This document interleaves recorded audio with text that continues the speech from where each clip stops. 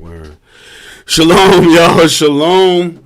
Sorry we are late, but we have a lot to bring out tonight, and for some reason, things just didn't work out the way we planned.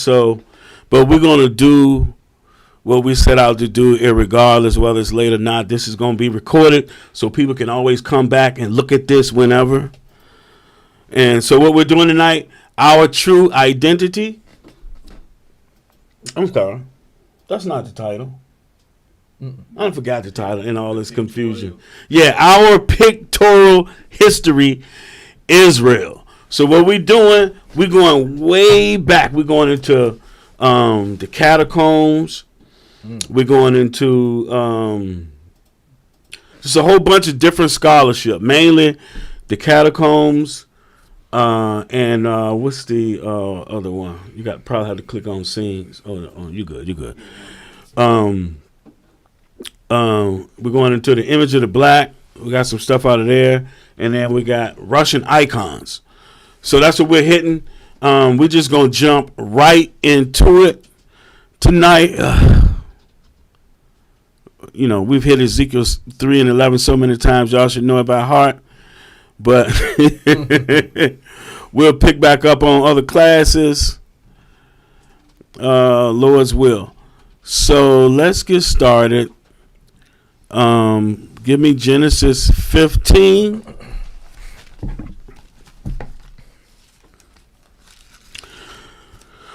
And verse 12. Now, you have, during the Renaissance period, and even before then, there's so much whitewashing of our history that we feel the need to do this right here. Because our enemies, the enemies of Israel, have put up their images and are trying to tell us that, oh, no, we're the people. It ain't y'all. Y'all just some grimy Bantus or whatever. So we're going into this stuff. Our brothers left paintings behind. They left images behind. Now, Genesis 15 and start at verse 12. Shalom, Most High Christ, bless, happy Sabbath. The book of Genesis, chapter 15 and verse 12. And when the sun was going down, a deep sleep fell upon Abram. And lo, an horror of great darkness fell upon him. And he said unto Abram, know of a surety that thy seed shall be a stranger in a land that is not theirs, and shall serve them, and they shall afflict them 400 years. Y'all know this is talking about Egypt, but keep going. Verse 14. And also that nation, whom they shall serve, will I judge, and afterwards shall they come out with great substance. Come on. And thou shalt go to thy fathers in peace. Thou shalt be buried in a good old age. Now verse 18. Verse 18. In the same day the Lord made a covenant with Abram, saying, unto thy seed have I given this land, from the river of Egypt unto the great river, the river Euphrates. Right. This particular verse, this seed right here is talking about Christ. It belongs to Christ. This land belongs to Christ. Now he said, your seed, your children, Abraham, Isaac. So Abraham, Isaac, Jacob, and then all Jacob's children, they going into Egypt and they're going to serve captivity. Now give me Genesis 22. So, and then give me, what's the first image you got? Image number 1.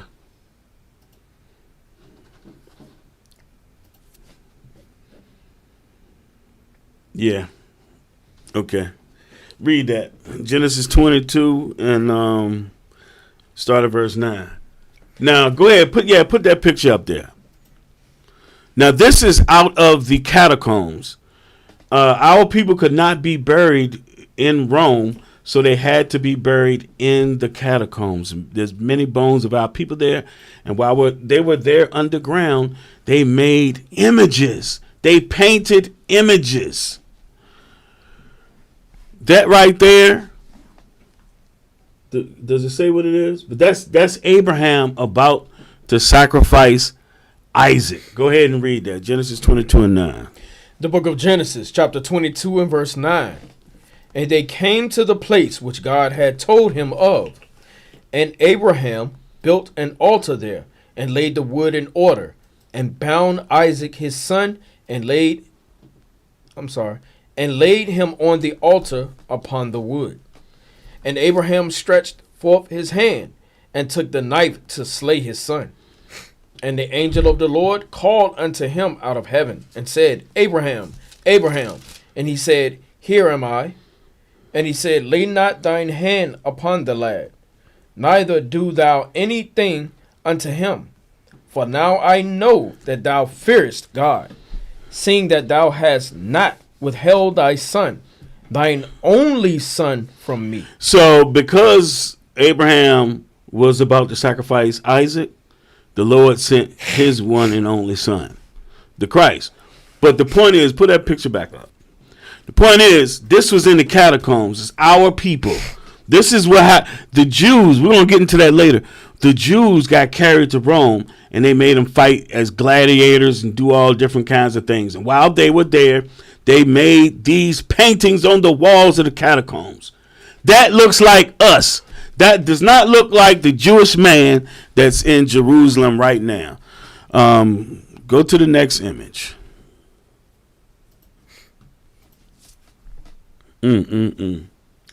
Yes, sir. Yes, sir. Now, what does that say? Says Joseph talking with his brothers in Egypt. Yes. On the catacomb. And they're real dark. Nice. Real dark. Now let's go to Exodus 1. No, actually, let's go to Genesis 4-6. I was going to say 4-9. Genesis 4-6 and verse 26.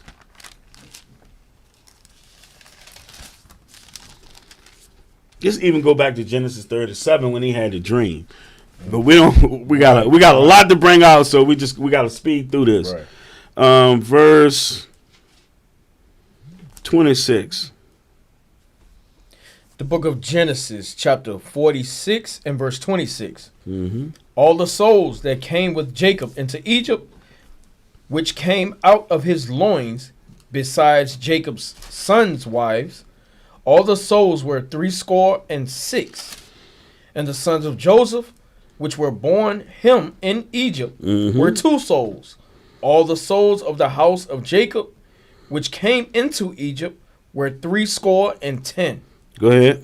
And he sent Judah before him unto Joseph to direct his face unto Goshen. And they came into the land of Goshen. Right, so that's where we dwelled at, in Goshen. Just like today, we live in the ghettos, and our taskmasters, they live in other places. We go to them places and work for them. Right. But anyway, that's what. So our people, they know this history. They're in the catacombs drawing all of this stuff.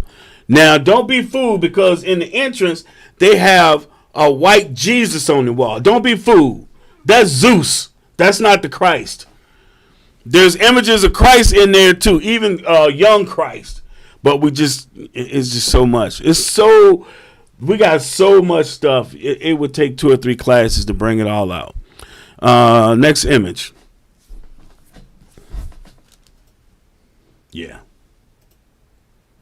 All right, so this is the brothers. This is the family coming into Egypt. Go to the next. Well, no, give them a couple more seconds. This is the family coming into Egypt. Now let's go to Exodus real quick. Exodus 1:1-7.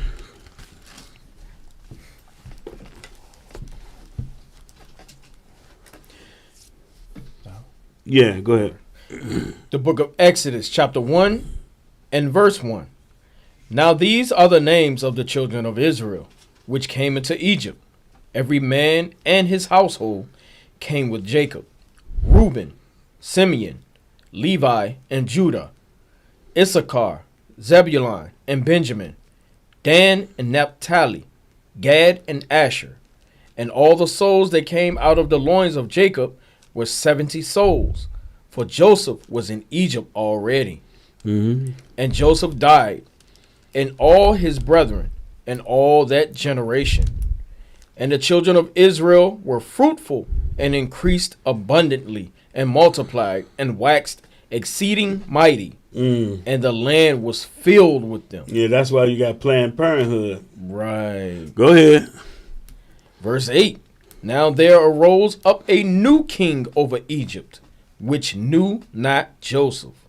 And he said unto his people, Behold, the people of the children of Israel are more and mightier than we. Come on, let us deal wisely with them, lest they multiply, and it come to pass that, when there falleth out any war, they join also unto our enemies and fight against us, and so get them up out of the land. Therefore they did set over them taskmasters, to afflict them with their burdens, And they built for Pharaoh treasure cities, Python and Ramesses. All right, you're good. So, y'all already know this history. Well, most of you know this history. Right. Now, let's jump to chapter 3. Chapter 3 and verse...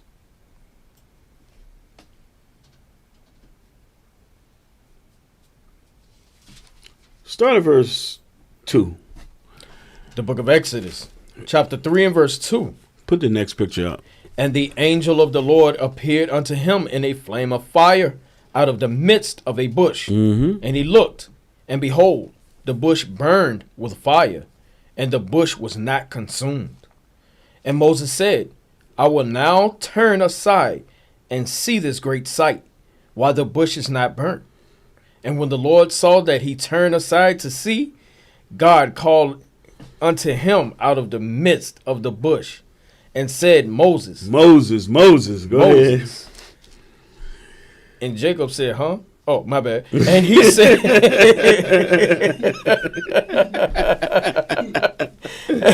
and he said, here am I. Right, he said, here am I. So on your screen, that person on the right is Moses. See the fro? See the fro? And who's that on the left? Let me pull it up. It doesn't say who it is, but that's somebody. And it's our people. Look at the fro and the beard of Moses. But this stuff is hidden. Now, Elder Ozias got this book, and he had to have it snuck into the country because they would not allow you to buy it here. I took a bunch of snapshots out there, Jane, too. Now, Exodus, let's go to Exodus 12. Right. Yeah, Exodus 12 and verse 40. So the Lord dealing with Moses, we just showed you a picture of Moses, how our people depicted him in Rome. Our people depicted him. Right. Give me verse 40 to 42. The book of Exodus, chapter 12 and verse 40. Now the sojourning of the children of Israel who dwelt in Egypt was 430 years. And it came to pass at the end of the 430 years, even the selfsame day it came to pass, that all the hosts of the Lord went out from the land of Egypt. Right, this is according to the prophecy we read, given to Abraham. Go ahead. It is a night to be much observed unto the Lord for bringing them out from the land of Egypt. This is that night of the Lord to be observed of all the children of Israel in their generation. Right, this is talking about the Feast of Unleavened Bread. We left out on the Feast of Unleavened Bread. That was a holy convocation, the whole nation coming together, and they ate unleavened bread. Right. Now, chapter 14 and verse 27. And I want you to pull up that next picture. The book of Exodus, chapter 14 and verse 27. And Moses stretched forth his hand over the sea, and the sea returned to his strength when the morning appeared, and the Egyptians fled against it. And the Lord overthrew the Egyptians in the midst of the sea. And the waters returned and covered the chariots and the horsemen and all the host of Pharaoh that came into the sea after them. There remained not so much as one of them. You good? So we just read about how the Egyptians got destroyed in the Red Sea. And then this is Dure Europus. Yeah, Dure Europus. This is a painting from a synagogue of Moses, and he parted the sea. The Egyptians are dead in the sea. That's what you're looking at. All black people. All black people. But when you look at, if you was to like Google Moses, you're going to see all these different images of our oppressors. Charlton Heston. Yeah, Charlton Heston, number one. All that stuff. So, now let's jump to Leviticus. You can drop that. Okay. Jump to Leviticus 26. Just going to run through some scriptures real quick.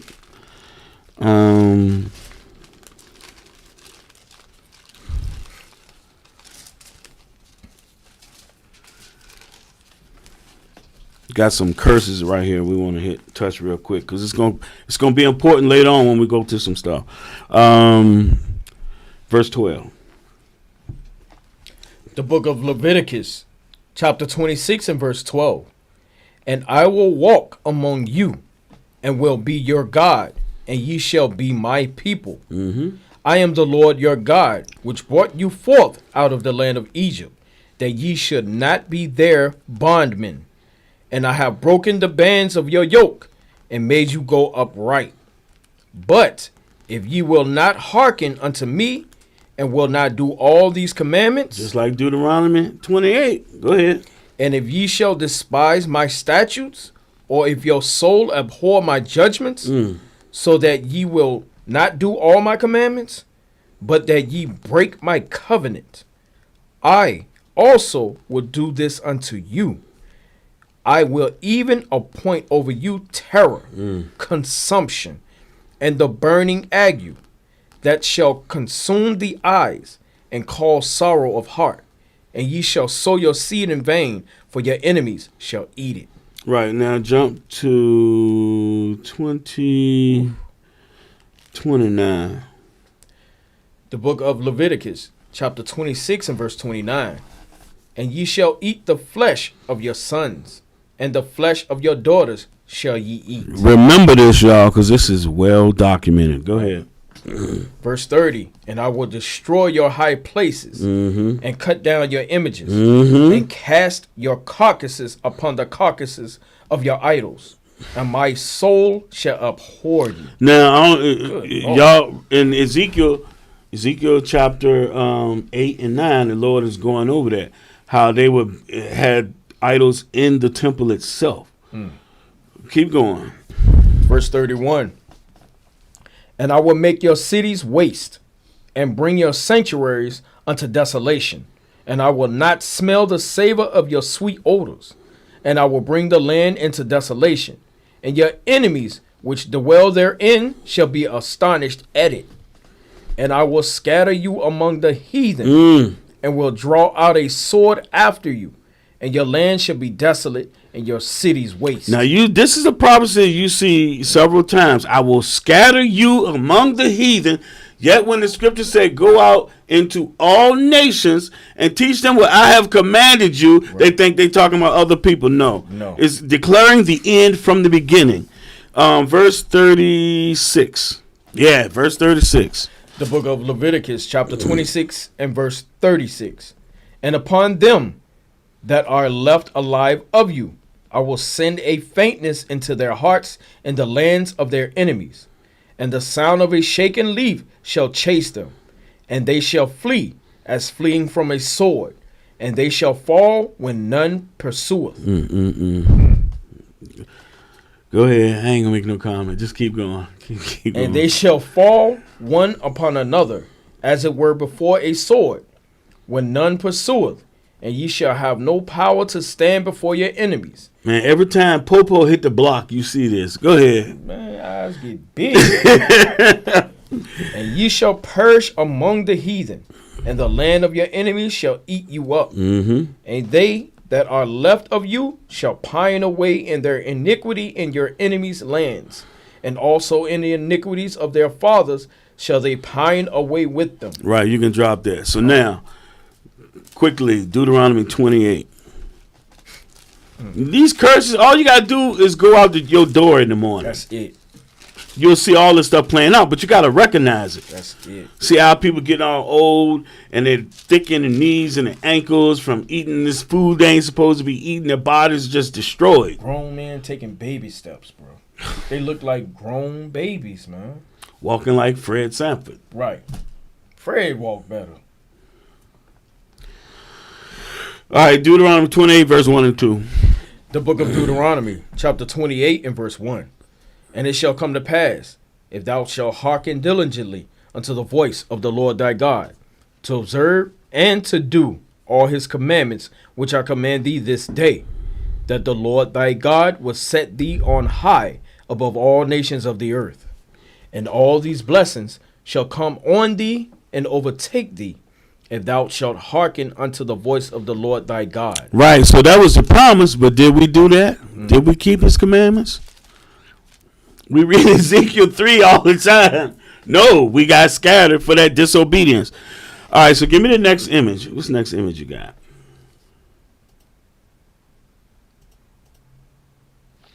Yeah. Deuteronomy 28, verse 28. I know that's right. The book of Deuteronomy, chapter 28 and verse 28. The Lord shall smite thee with madness and blindness and astonishment of heart. That's what you see right there. And you see a lot worse, but I decided not to put it up. It's hard to look at these things. Right. Go to the next one.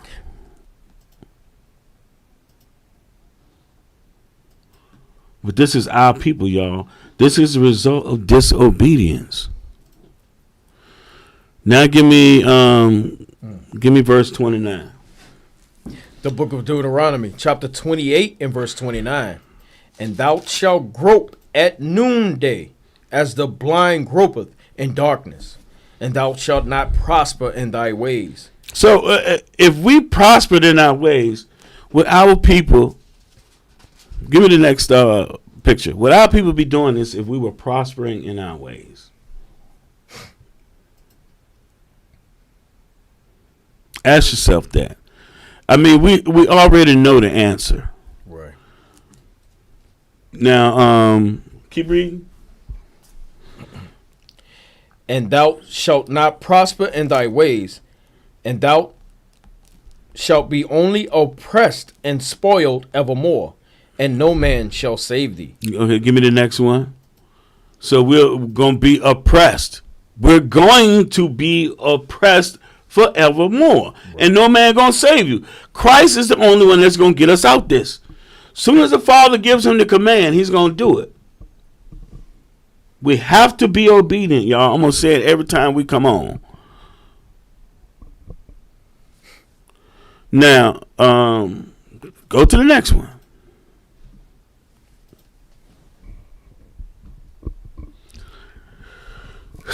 Now, why would you even have to say Black Lives Matter? That's real talk. And it's not saying black opinions matter or, right. black jobs matter. It says lives. So let's show you, people don't give a damn about your life. Right. All right, give me verse 30. And give me the next picture. Oh, my goodness.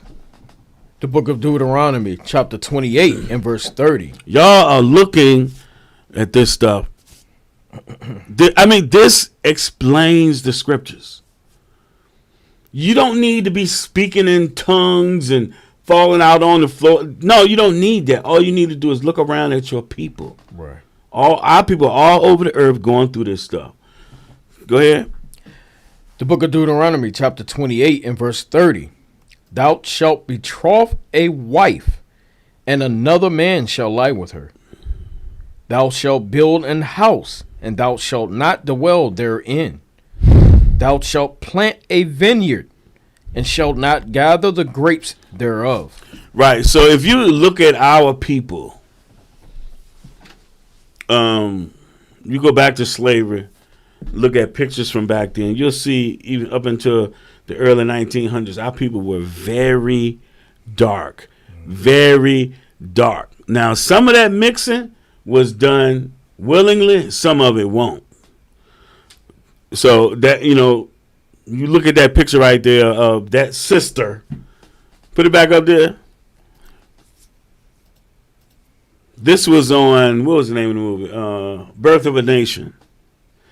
And the picture I really wanted, I couldn't access it on the internet. But you can come back to us. I couldn't access it. I don't know why. With the three men raping that sister. But they didn't get persecuted or prosecuted. They didn't get prosecuted, just like they don't today. All the violence that they commit against our people is only 1% gets convicted. Now, verse 31, and bring up the next picture. The book of Deuteronomy, chapter 28 and verse 31. Thine ox shall be slain before thine eyes. There we go. That's not the right one. Go, yeah, that one, and then it's another one like it. Keep reading. And thou shalt not eat thereof. Thine ass Yeah. shall be violently taken away from before thy face, and shall not be restored to thee. Thy sheep shall be given unto thine enemies, and thou shalt have none to rescue them. Right. Now, what's the next picture you got?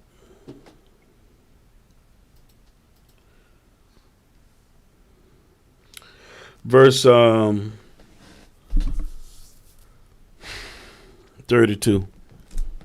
The book of Deuteronomy, chapter 28 and verse 32. Thy sons and thy daughters shall be given unto another people, and thine eyes shall look and fail with longing for them all the day long, and there shall be no might in thine hand. All right, give me that next one. Now jump down to verse 41. The book of Deuteronomy, chapter 28 and verse 41. Thou shalt beget sons and daughters, but thou shalt not enjoy them, for they shall go into captivity. Now, as y'all look at this picture right here, our people, because I noticed it with my forefathers, how they left from out of the country and came to the city trying to make a better life. Right. But when they got to the city, man, everybody started mixing around with all the nations. And you don't see us, everybody's not dark like that right there. But still, we have to go to the seed of Jacob. And the seed of Jacob now got a lot of many different looks. You know, I don't care from the tip of Brazil all the way to Canada, our people have been mixing. And so we got to find those people, those descendants of the fathers.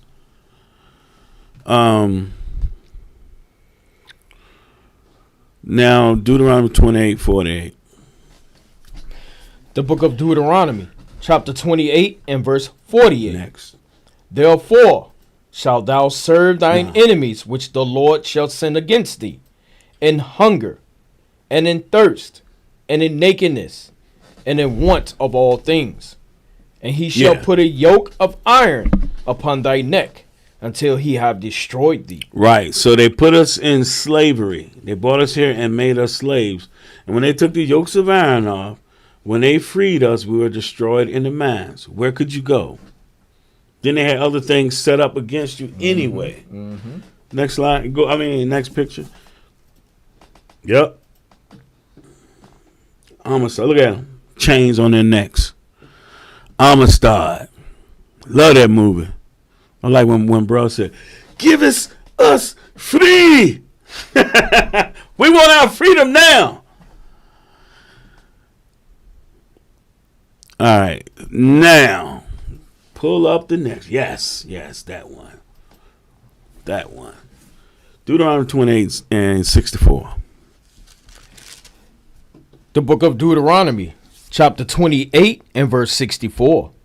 And the Lord shall scatter thee among all people, from the one end of the earth even unto the other. Even Christ said it.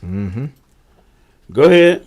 And there thou shalt serve other gods. Now hold on. Let me make this statement real quick. Bring it back to me. I want to make this statement real quick.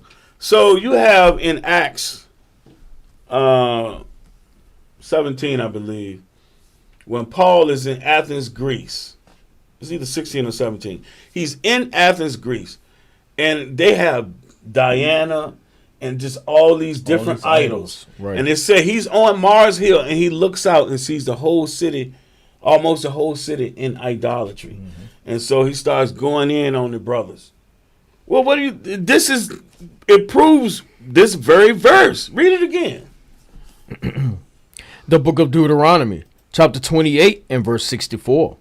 And the Lord shall scatter thee among all people, from the one end of the earth even unto the other. And there thou shalt serve other gods. So that's what Paul was saying. We're scattered and serving other gods. Go ahead. Which neither thou nor thy fathers have known, even wood and stone. Right now, put that picture back up.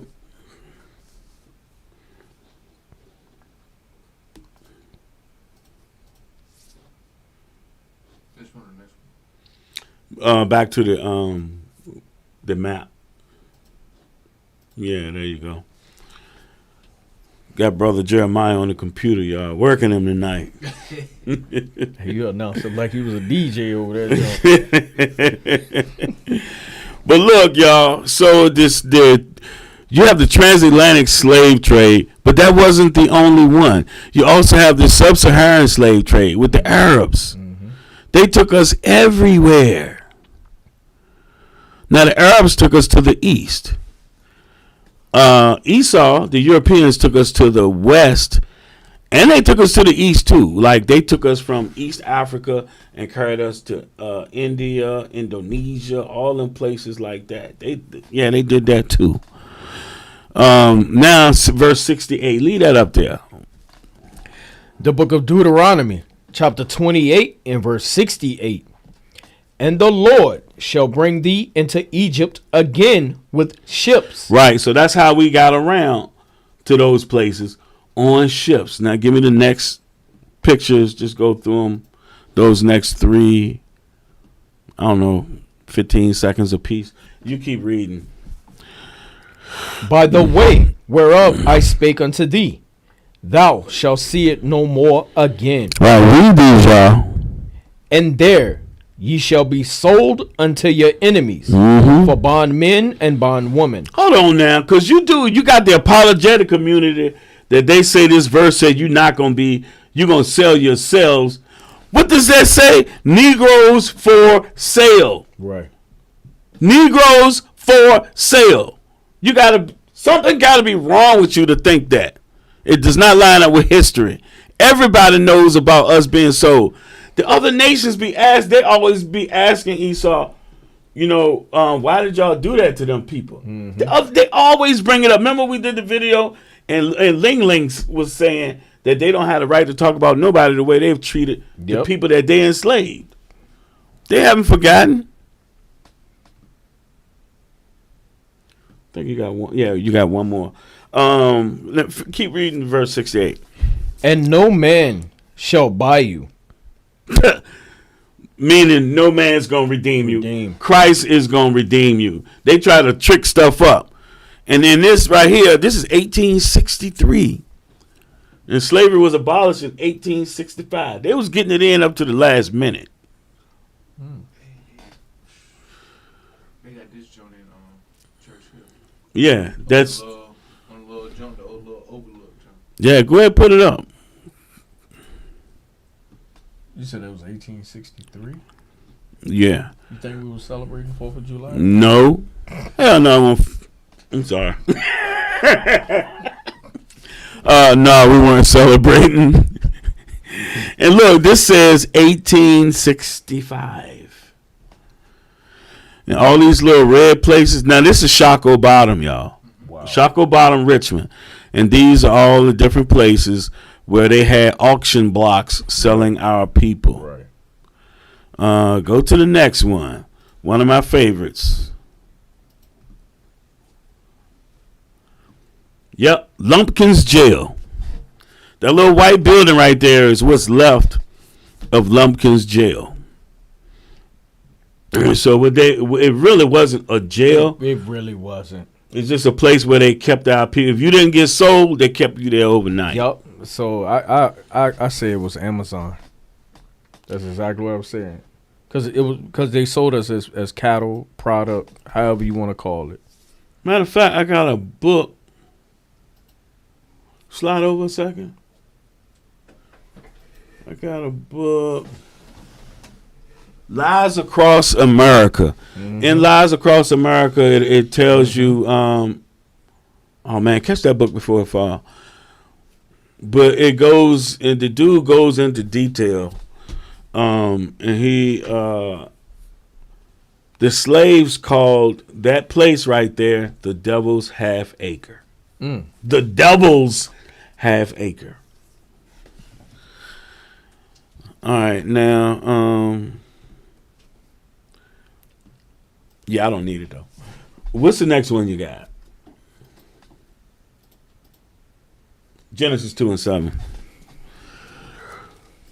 So here's a nice one, y'all. Yeah. Yeah.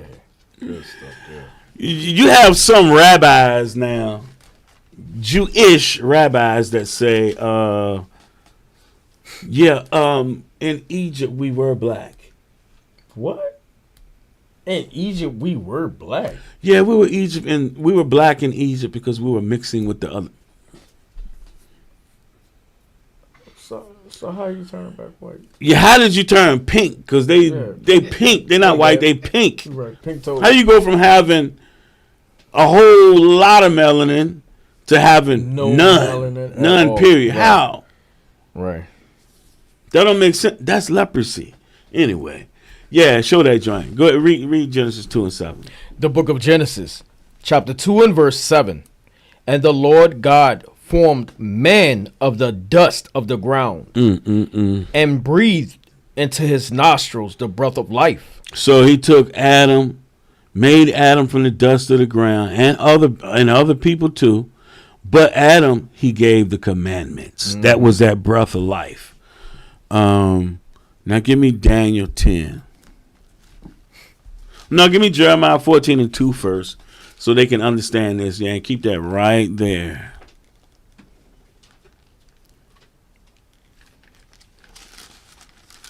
The book of Jeremiah, chapter 14 and verse 2. Judah mourneth, and the gates thereof languish. They are black unto the ground, and the cry of Jerusalem is gone up. Right. So who came from the tribe of Judah? You had David. I'm black and comely. Right. Or was that Solomon? No, that was Solomon. They both was handsome, you know what I'm saying? Yeah, that's his dad. Double nail, you know. Yeah. Yeah, David had the gold flakes. Now, so yeah, it was Solomon. Solomon, his son, said, I'm black and comely. Yep. If you got a white daddy, you're not gonna be black and comely. Nah. You're not. You're gonna. I ain't gonna. Nothing. Just forget it. You're not gonna be black and comely. You can read a lot of sources that says our people did not mix with other people. Right. You did have some that did it, but as a nation, we did not do that. Right. And now Revelation. No, give me Daniel 10. Okay. And give me them beautiful feet, man.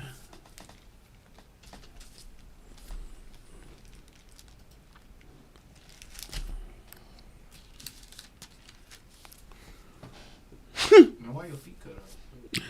Yeah, because this man putting this class together, everything was going against me, man. I don't know how that happened. Go ahead, Daniel 10, 5 and 6. All right. The book of Daniel, chapter 10 and verse 5. Then I lifted up mine eyes and looked, and behold, a certain man clothed in linen, whose loins were girded with fine gold of Uphaz. His body also like the beryl, He had on a green garment. Go ahead. and his face as the appearance of lightning, His face shined like because he had wisdom. Go ahead. and his eyes as lamps of fire, That's going into the doctrine, that wine. Go ahead. and his arms and his feet His arms and his feet, which are the same color. Go ahead. like in color to polished brass. Like in color. It was not a spirit floating around. Right. Like in color. Go ahead. And the voice of his words like the voice of a multitude. Yeah, put that up there. That's burnished brass. Brass burned in a furnace. Man. And that's woolly hair. Look at that. How do you get Jewish people that's in Ukraine out of that right there? That's how Christ looked. Right. Not exactly, but he had hair like wool, and his arms and his feet like brass. Was that it for Daniel 5 and 6? Yep, that was it. Okay, now go to Hold on, I'm sorry. No, it wasn't. And the voice of his words like the voice of a multitude. right. He didn't talk soft like white man Jesus on the movies. Right. He was a man's man. He was strong. Remember, he said, "I am he," and they fell backwards. Yeah. He didn't say, "I'm he." How about when he went to flip them tables over? Right. Stone tables. Good. Right. Now, what you got next? Man, how? Isn't it a dude before him, though? No. Go ahead and read Revelation 1, start at 13. And, yeah, put that one up there. He played God before. Bruce Almighty. Yeah. Yeah. But it makes you wonder, why Morgan Freeman? Why they choose him? Why not boy George Burns like they did before? Oh, my God. You remember that? No, Oh, there God, was- You double. Yeah, but that was the same person. Right. Oh man. Go ahead and read that. What you want? One and Start at 13. Got you. The book of Revelation, chapter 1 and verse 13.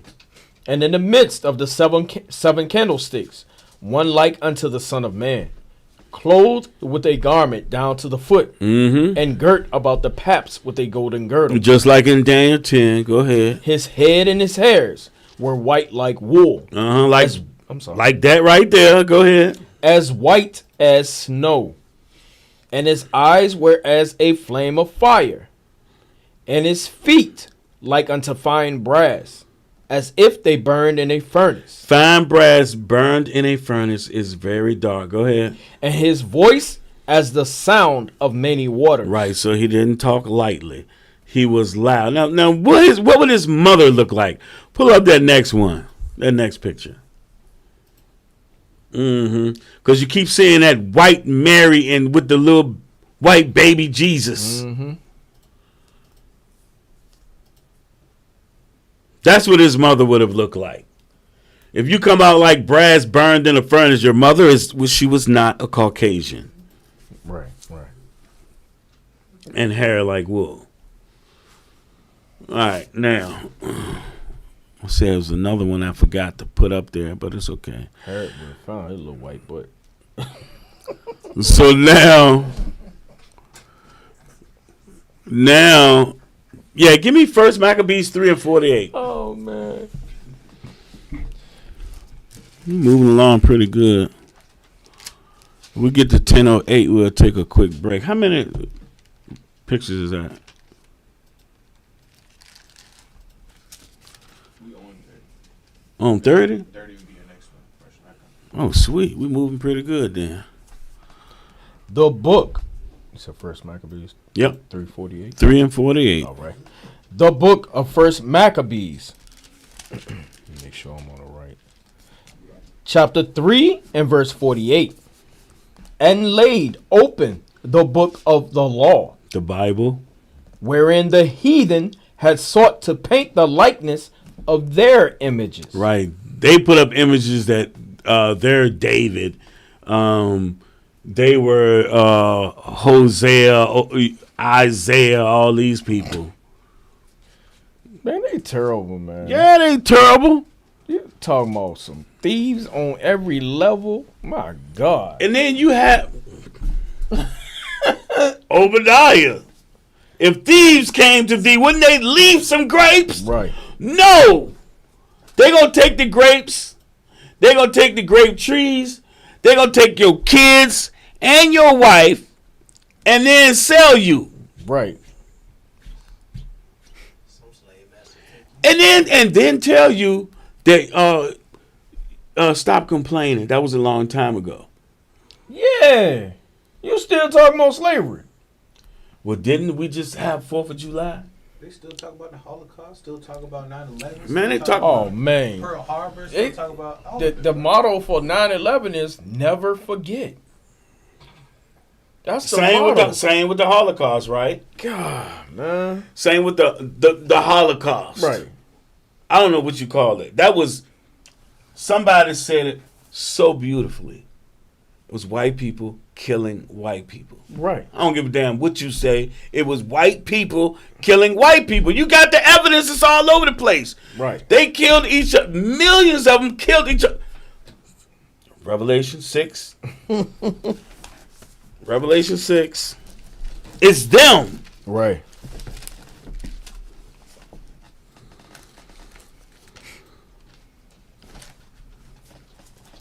Y'all call it the Holocaust. I call it gun smoke. Wow, West. The riflemen. Yeah, you know what I'm saying? Shoot. Verse 4. The book of Revelation, chapter 6 and verse 4.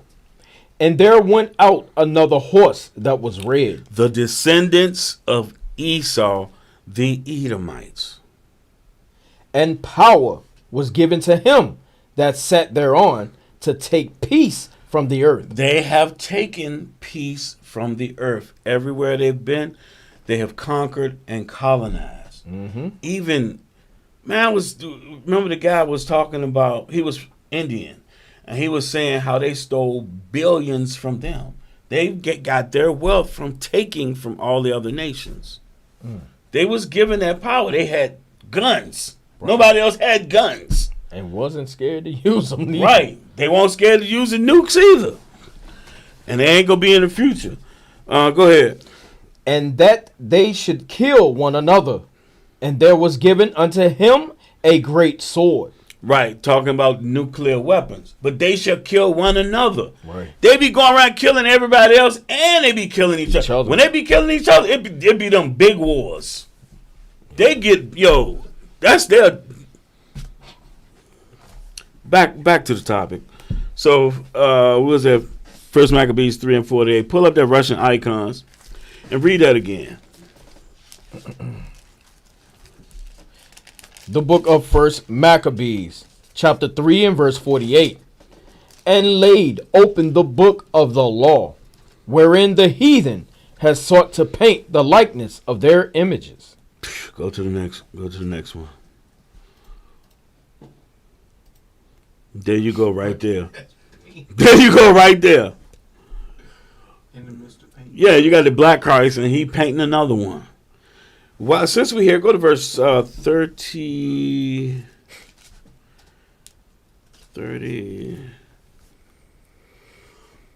41. The book of First Maccabees, chapter 3 and verse 41. And the merchants of the country, hearing the fame of them, took silver and gold very much, with servants, and came into the camp to buy the children of Israel for slaves. A power also of Syria and of the land of the Philistines joined themselves unto them. Right, so this is something that they have done repeatedly through history. You can tell by the spirit of people who they are. Everybody's names are changed now, but they have the same spirit. They put their images up, and they sold us into slavery then, and they've done it now. They did that during the Renaissance. We're going to touch on the Renaissance a little bit. Go ahead, put that image up. I can't remember who that is exactly. That's a bishop of some church. This brother y'all looking at. Yeah, I can't see the right. Look at the black angel over there.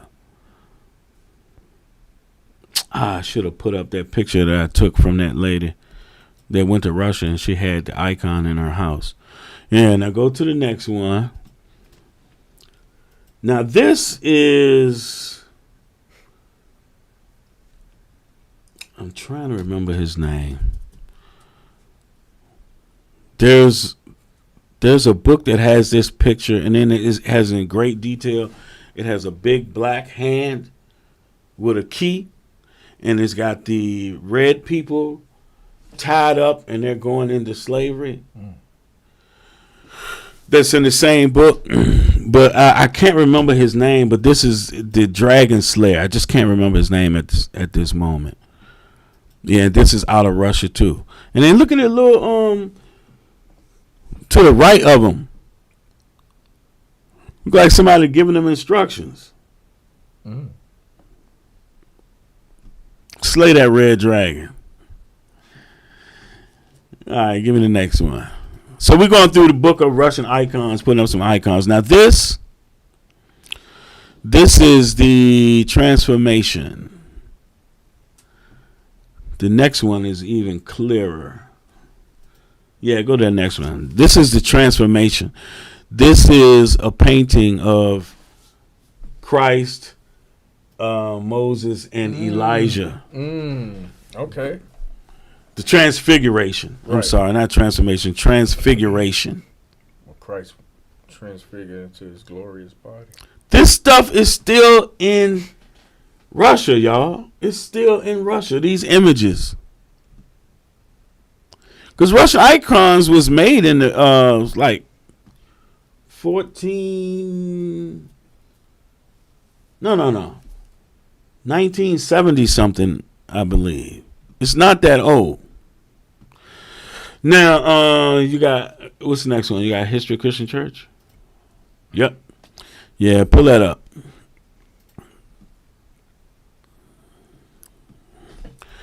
History of the Christian Church. Can you see that good enough? Go, yeah, there you go. Yeah. It's the history of the Christian church. Yeah, History of the Christian Church. We may also infer that the 12 were stationed there by the head of the church. They, nevertheless, made occasional excursions into different parts of Judea and Samaria to propagate the knowledge of Christ and gather his disciples into churches, as we see Peter doing. Acts 9:32. And that, when it became no longer necessary for them to remain with that church, they proceeded to carry into effect the commission which the Lord Jesus had given them, to go into all the world and preach the gospel to every creature. It appears from credible records. Hold on. It said every creature, brother. Next one. Where did that thing just go to? What's all this stuff do, man? The technology. Why did it went all the way to the bottom?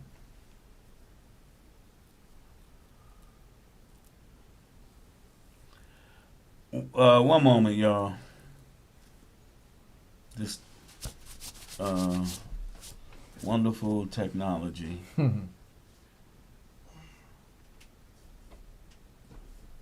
You see all this? That's why I had to. A lot of it we just can't hit. It's too much. There we go.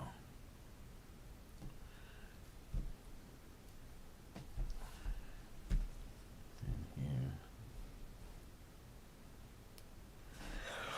There you go.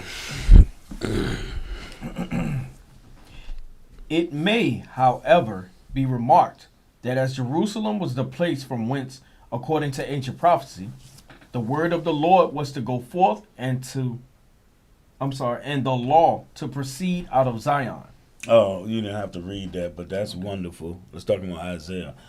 That's the end game right there. The law gonna go throughout the earth, and everybody got to keep it. Pick up here. That's where you were. The gospel was preached. The gospel was preached in Idumea, Syria, and Mesopotamia by Jews. So everybody had a commission as to where they went. Go ahead. In Egypt, Mamrica, Mauritania, and other parts of Africa by Mark, Simeon, and Jude. In Ethiopia by the eunuch and Mattathias. So that eunuch, remember that eunuch came in Acts chapter 8. He came up for the feast. Who can eat the feast? Israel. So he carried into Ethiopia. But if the Jewish people is white, where did these where were white Jewish people at in Ethiopia in the 1st century AD? You don't see no images of white folks with the Bible until after the 1st century. Those converts that ended up the ones being in power. Go ahead. In Pontus, Galatia, and the neighboring parts of Asia, by Peter. Mm-hmm. In the Hold on. And Peter wrote to who? Let's go to it real quick. Matter of fact, I'll hit it. You stay right there. You concentrate on that. 1 Peter chapter 1 and verse 1 and 2. No, I just need verse 1. The first epistle general of Peter, chapter 1 and verse 1. Peter, an apostle of Jesus Christ, to the strangers scattered throughout Pontus, Galatia, Cappadocia, Asia, and Bithynia. The same people scattered in Leviticus 26. The same people scattered in Deuteronomy 32. We didn't hit that though. And Deuteronomy 28 and verse 64. This and Luke 21 and 24 that Christ was talking about. The same people that scattered abroad. James chapter 1 to the 12 tribes scattered abroad. Greetings. That's who. Go ahead. In the territories of the 7 Asiatic churches, by John. Right. That's who John was writing to. Go ahead. In Parthia, by Matthew. In Scythia, by Philip and Andrew. In the northern and western parts of Asia, by Bartholomew. In Persia, by Simeon and Jude. In Medea, Carmania, and by Thomas. From Jerusalem and round about into, what is it? Hold on. You see, so Persia by Simeon and Jude, in Media. That's the West. That's Afghanistan, Kazakhstan, Iran, all of that stuff. What's Babylon called? Iraq. Those places. And Carmania is Iran. Go ahead. Okay. From Jerusalem and round about unto Illyricum by Paul, who also published it in Italy. In Italy, that's where Rome is. Go ahead. And probably in Spain, Gaul, and Britain. Right. So Spain, I got it written right there. Romans 15, he tells them in Spain he's going to come to visit them. There's a lot of documentation on them. Those black Jews, those very dark black Jews in Spain and Portugal and Gaul and Britain, which will be the islands. The Gaul, which the people that came from Gaul, the Israelites that came from Gaul and founded Galatia. That's something else though. And Britain you have the Silures in Britain, because it was Britain then. And they got brought before Nero, Caradicus. But anyway, it's our people scattered throughout all these areas. And you can find artifacts, bones, paintings, everything of our people. We're the ones scattered. Right. Into all nations. Right. But it's funny, too, that the nominal Jewish people have gone into every nation and made up little synagogues. Trying to fulfill prophecy, man. Number Satan. All right, that's it for that. Now, let's see what we got next.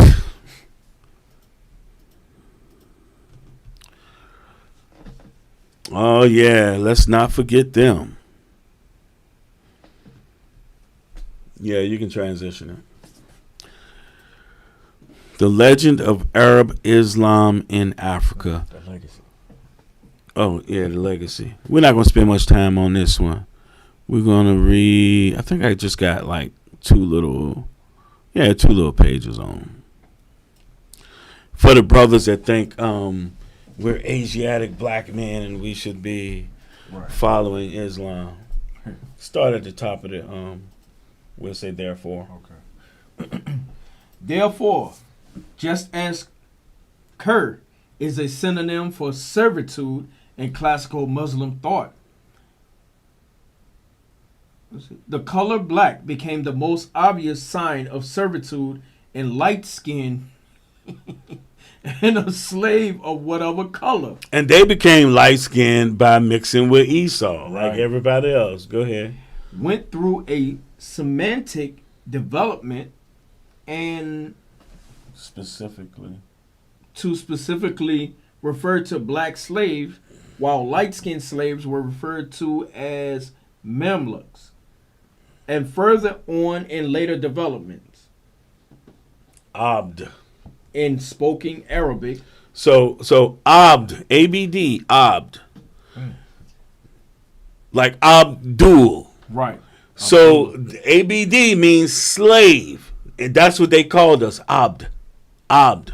Or Abid. If you go to Wiki, it'll say Abid and a couple more things.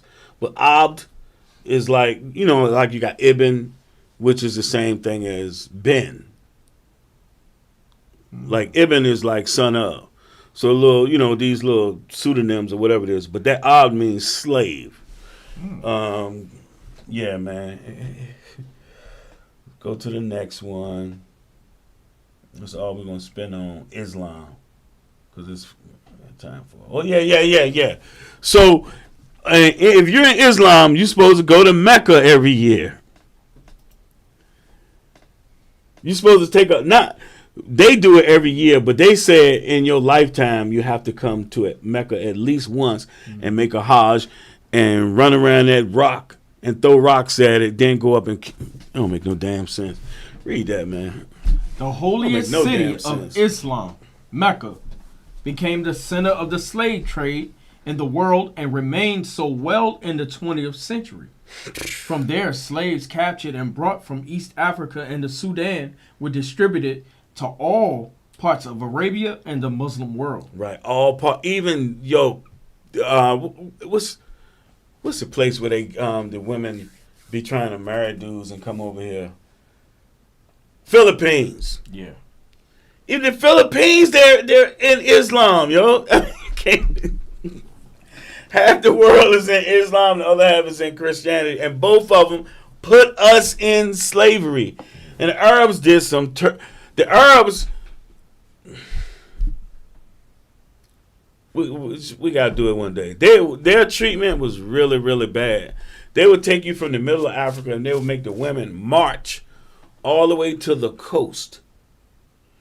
And they had to carry their child and they had to carry Ivy.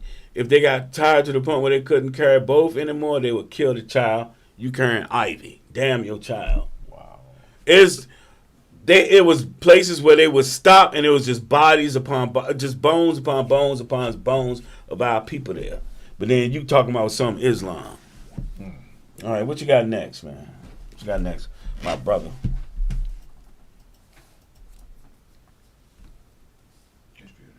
Oh yeah, history of the Jews. So now we're gonna touch some of that prophecy we was reading in Leviticus 26 and Deuteronomy 28. Just some of it. Yeah, show them the book, and then let's go to the first page of it. This is what we was reading last week. Or was it?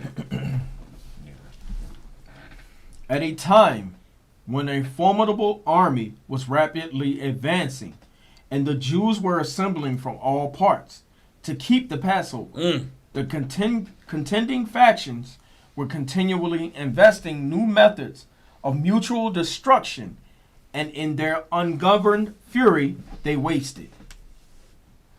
So this is everybody's gathering for the Feast of Passover, and meanwhile, according to the prophecy of Christ, Jerusalem was about to be destroyed. But the reprobate Jews, the ones that didn't want to listen, they're still there. They're still there. Next one. But at length an affair took place in Jerusalem, which filled the inhabitants with consternation and despair, and the Romans with horror and indignation. A Jewess, eminent from birth and opulent, rendered frantic with her sufferings, was reduced to the dreadful extremity of killing and feeding upon her infant. Right, we read that. Damn. We read that earlier, and it wasn't just her, because it's prophesied that it was going to happen. It's also in Deuteronomy 28, saying that she's going to eat that which come out from between her legs. Wow. And then the fathers, too, are going to be reduced to having to eat your children because they were besieged. Yeah, keep going. Titus, being apprised of this inhuman deed, swore the total extirpation of the accursed city and people, and called heaven to witness that he was not the author of their calamity. You know, he was that fit man, though.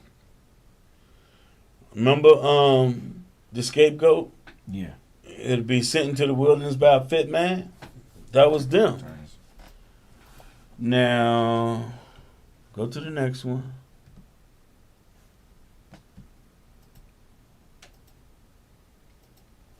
Yep.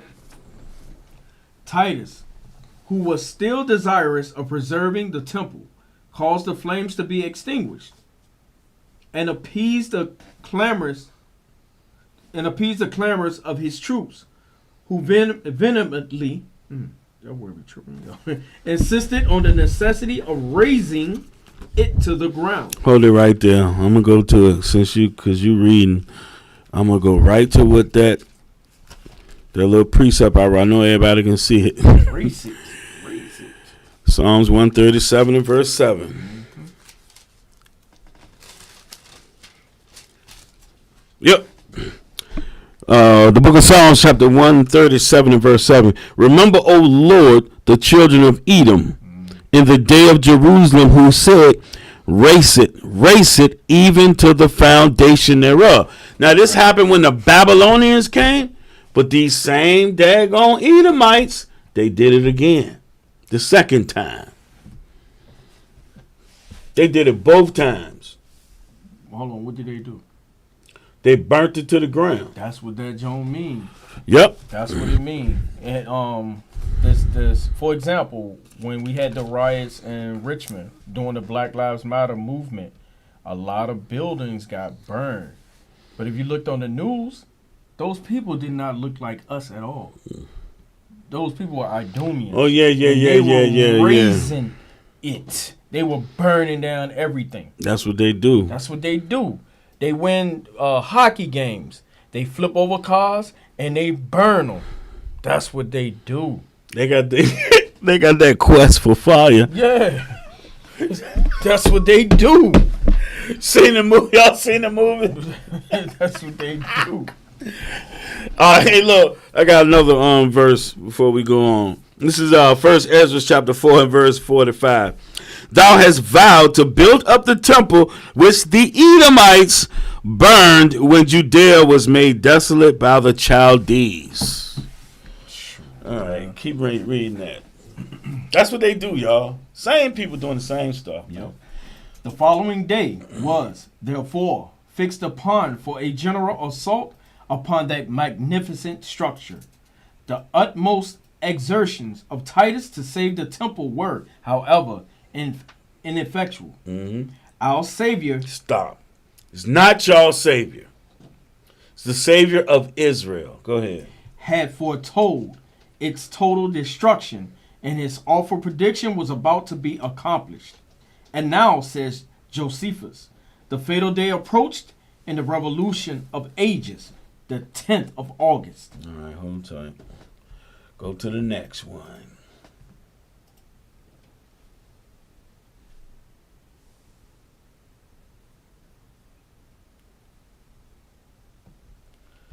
All right.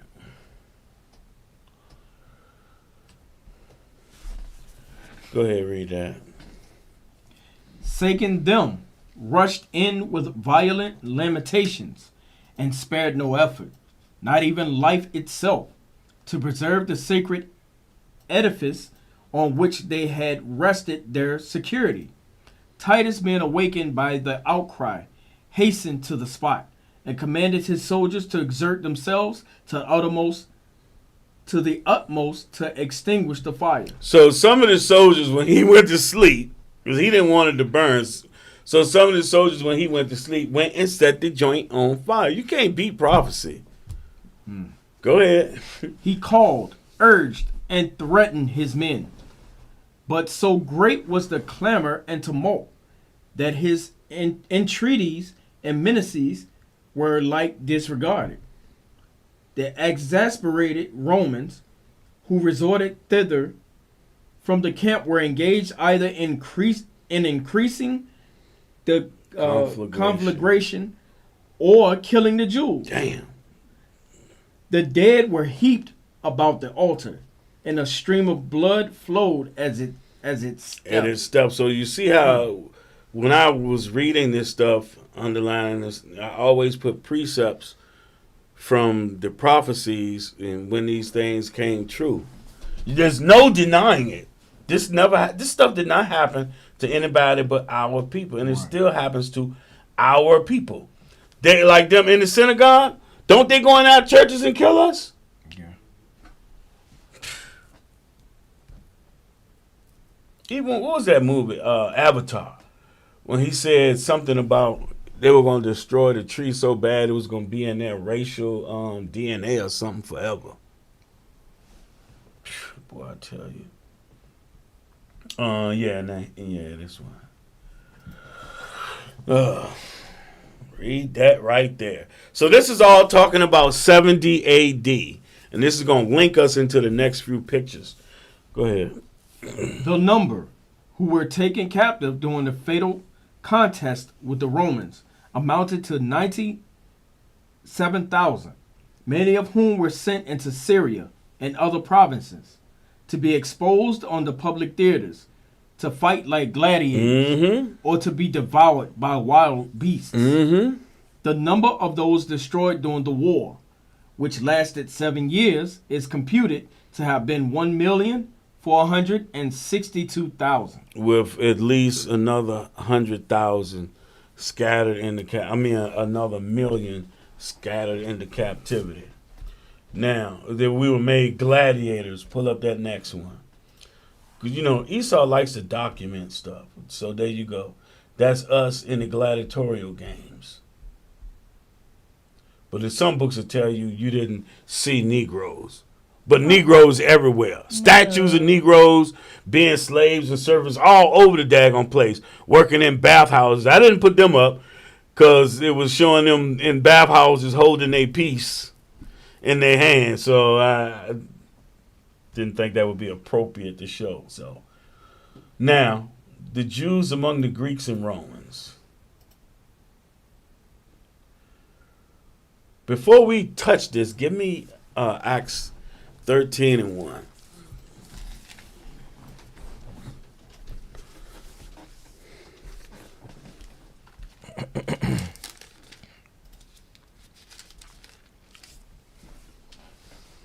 The book of Acts, chapter 13 and verse 1. Now there were in the church that was in Antioch certain prophets and teachers, as Barnabas and Simeon, that was called Nigger. Right, that was called Nigger. And then, like when you read in the commentary, the Bible commentary, it'll say it was his surname.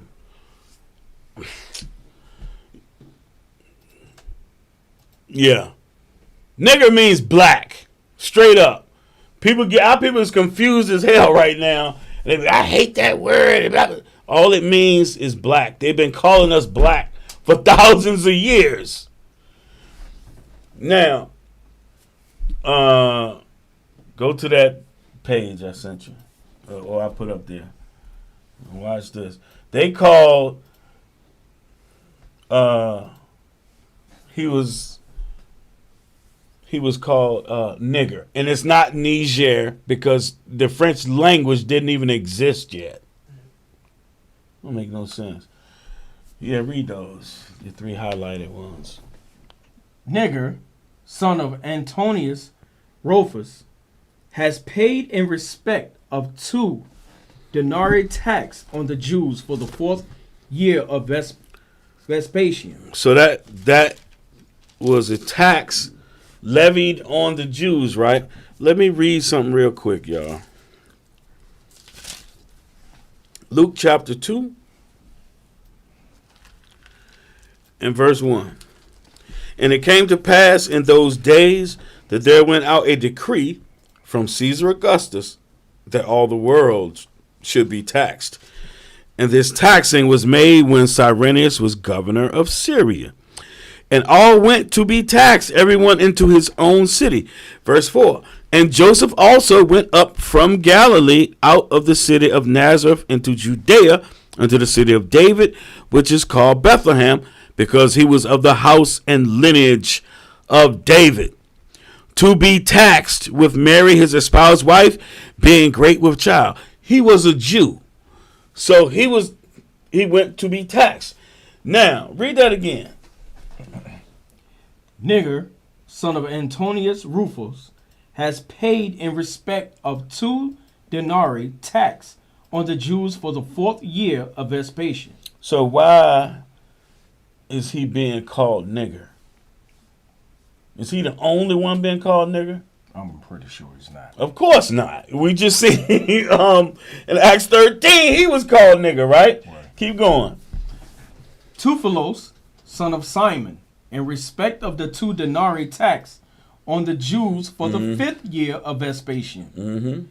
8 drachmas, 2 obols, and for the aparche, first fruits. So they would tax you. They would try to they knew you had to come through Jerusalem. That's cold, bruh.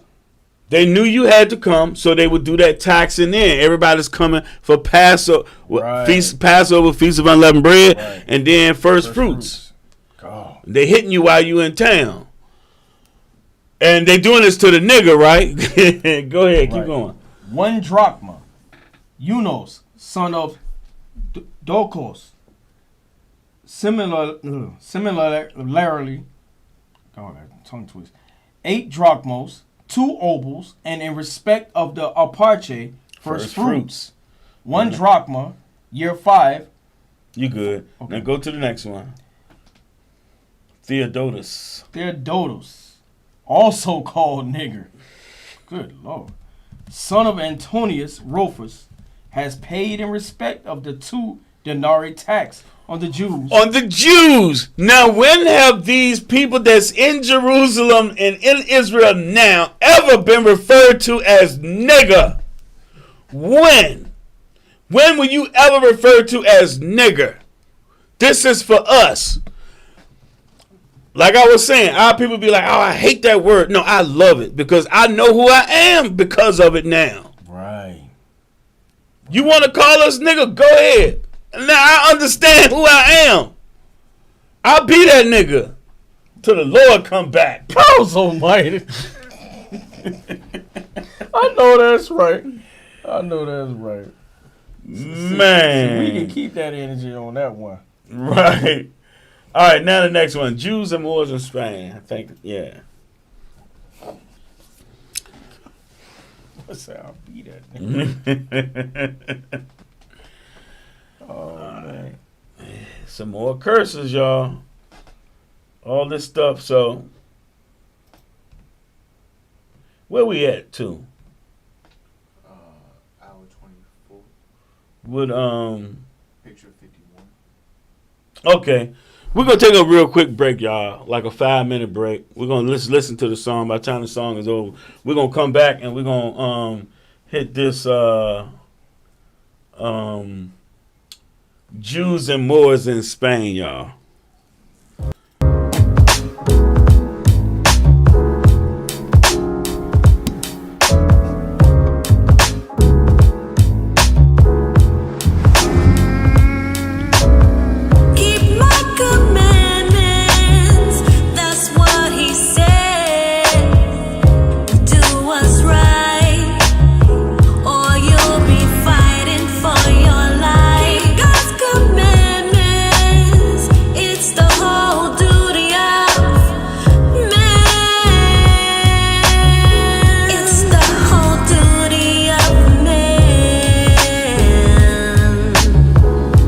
love me, keep my commandments.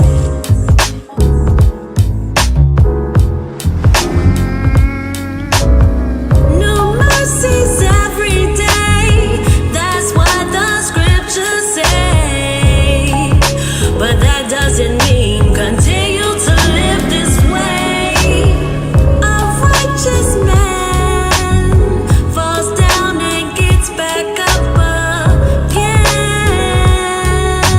But the wicked shall fall again and again. You know you got to keep God's commandments. Keep my commandments, that's what he said. Do what's right, or you'll be fighting for your life. Keep God's commandments, it's the whole duty of man. It's the whole duty of man.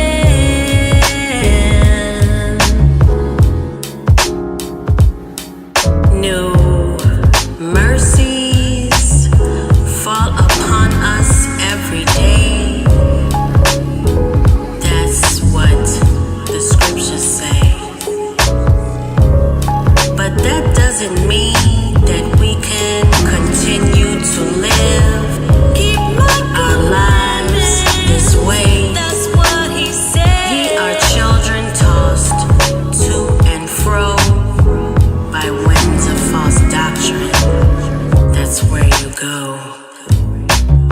5%ers, Islam, Kemet, Christianity, or Christian insanity. Come back to your God, Israel.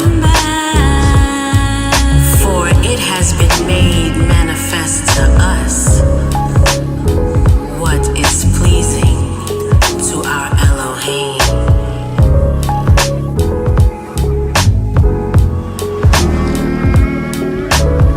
Keep my commandments, that's what he said. Do what's right, or you'll be fighting for your life. Keep God's commandments, it's the whole duty of man. It's the whole duty of man.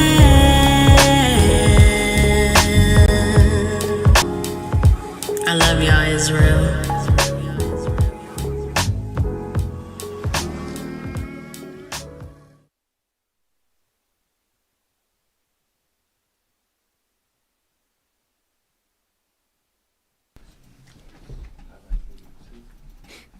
All right, shalom, y'all. We back. Woo. We only have about 20 left. Oh no, my screen I got 91, but we're only doing 70.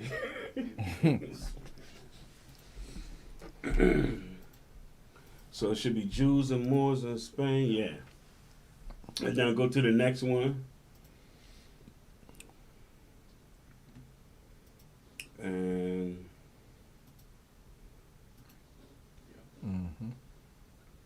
yeah, we're gonna read this. Go ahead, transition it. Yep. Shalom, bro. Yeah, start right there and highlight it. Stuff. Alright.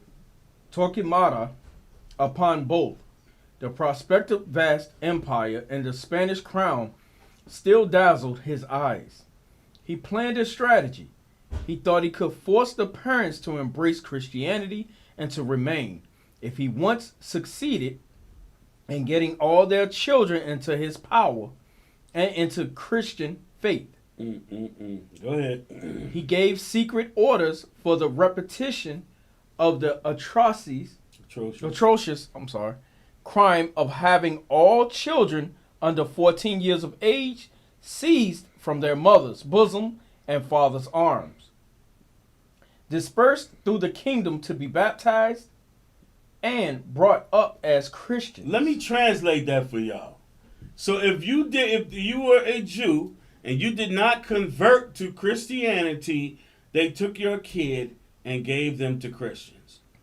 Like the prophecy said, your children will go into captivity. Right. You're not going to be able to enjoy them because they're going to go into captivity. And we're going to show you, because this is the late 1400s right here. It's between like 1480, 1490, the Inquisition. So if you did not accept the tenets of Christianity, you got killed, your kids got sold into slavery, or you got sent into slavery, and then your kids were given to Christians to be their slaves. Keep going. Mothers were known to take their babes from their breasts and tear them limb from limb, rather than to resign them to Christians. Rather than to give them to Christians. They would rather know the bodies of their children in the grave and their released spirit in heaven than have them adopt a faith in which Satan sent his friends for their instruction. That's what it is. So they knew that Christianity was of Satan. By then, the white man had taken the Christian religion, being a Christian, and turned it and gave it their doctrine and everything.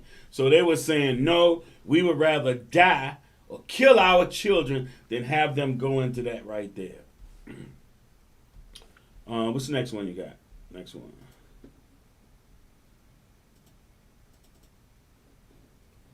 Yeah, you just did that one, so it's the next one. Should be the top of the page. Let's say 218.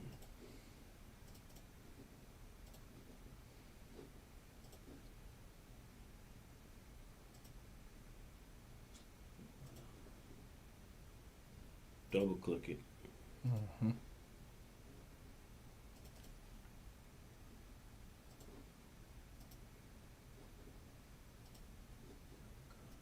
Yeah.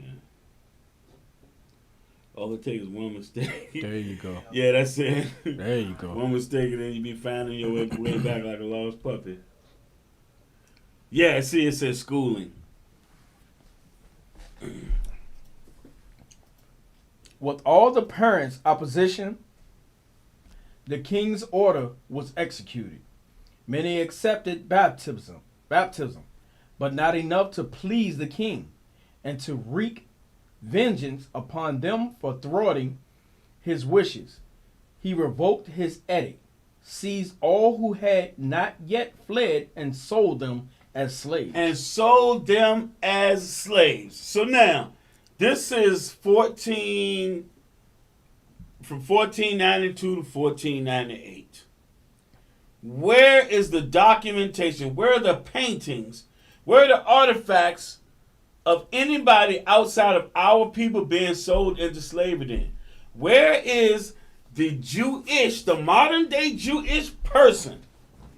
Where is the documentation, the artifacts or pictures of them being sold to Christians? Where is it? You only gonna find us. Right. Now, what you got next? What's the next one?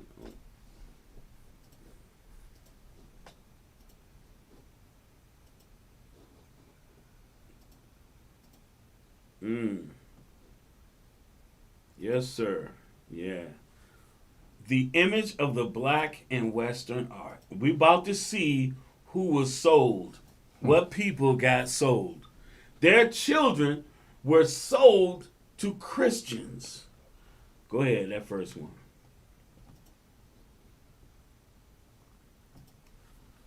There you go.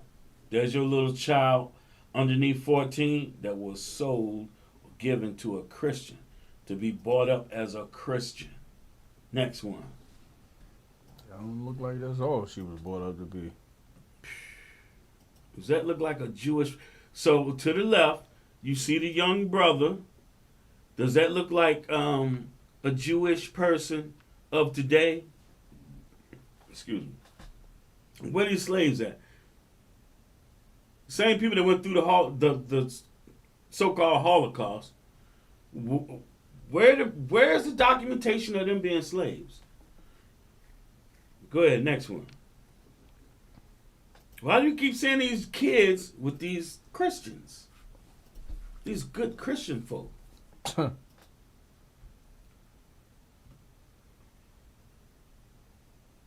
Yep, show that one too. Servants and slaves. Man, Esau, a chameleon. He's just a Yep. low down, dirty dog. What they call them? Culture vultures. You Man, want to be everybody. that's exactly what he is. A dirty bird. In the background. You know, but they, so like this book, there's a bunch of these books. They cost $100, $109 a piece. And you find all these, everywhere you look, you keep seeing our people. Everywhere. But somehow we're nobody, and people have us in captivity. People are ruling over us, just like the scripture said. But we just some Bantus, we just some Negroes. But yeah, when you look at all these old biblical movies, you don't see none of us in them. Right. Look at them in the bottom left-hand corner. Everywhere. In servitude. Next one. Yep. Little kids, man. Well, now who fits the prophecy? Right. It's undeniable that it's us. There's a ton of documentation, a ton of it. I be getting stuff, man, sent to me, and I just be like, psh, I ain't got time to read it. I got 100 books myself. Yeah. You can't go through all of them. Next one. Yeah, you got that one. Yeah, that's the last one, I think. Our people. We the servants. We were overcome. Mm. We're overcome. Yeah. And we're the servants and slaves. We've been sent into these countries. That's why we went into Leviticus 26 and Deuteronomy 28, showing the curses that, what the Lord says is going to happen to our people. So now, we're going to back up just a little bit. Go ahead to that Babylon and Timbuktu. You have a lot of people that, these so-called Christians that be laughing and saying, oh, that's not good scholarship. But you find a list of books that he is talking about, and it say exactly what he said. Right. Well, yeah, y'all go ahead and laugh. You go ahead and laugh. Yeah. Laugh now, cry later. Right. So Babylon. You know what? Since you said that, bro, laugh now, cry later. I'm already in Luke. Luke chapter 6.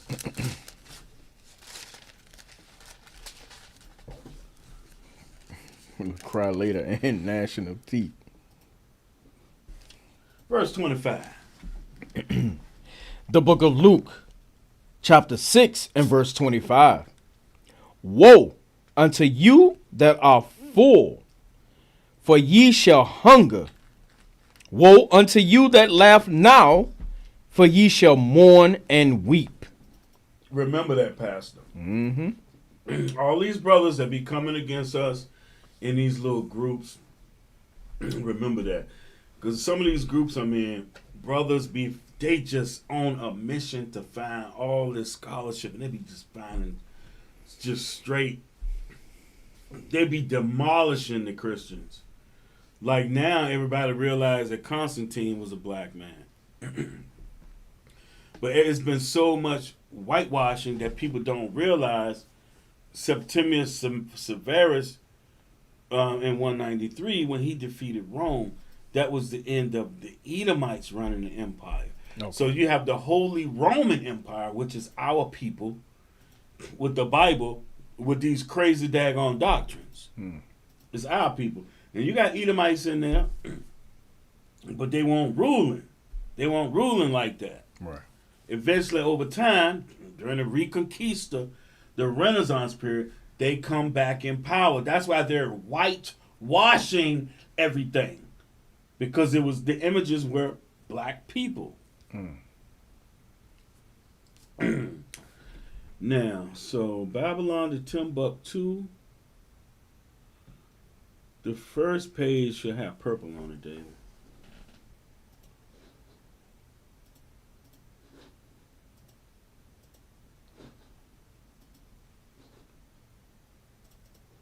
What page is that?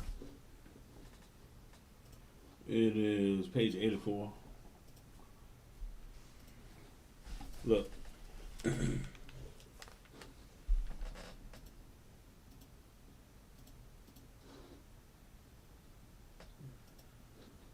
Well, you probably gotta go up. Just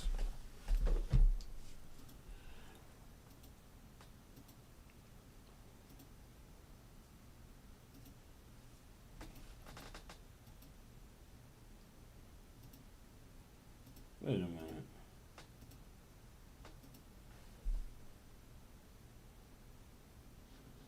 Cool. I don't know what that. Maybe I cut it out. Oh yeah. I probably cut it Oh, out. that's one of the ones. Yeah, it's probably where I start cutting it out. So that's this one, I believe. Does it say when the Jews were expelled from Spain? Yeah. Okay. Yeah, cut that out. I'm sorry, y'all. I had to cut a bunch of stuff out, so it was a little confusion. You want me to read that though? Yeah, read that. All right. When the Jews were expelled from Spain, about 100,000 entered Portugal.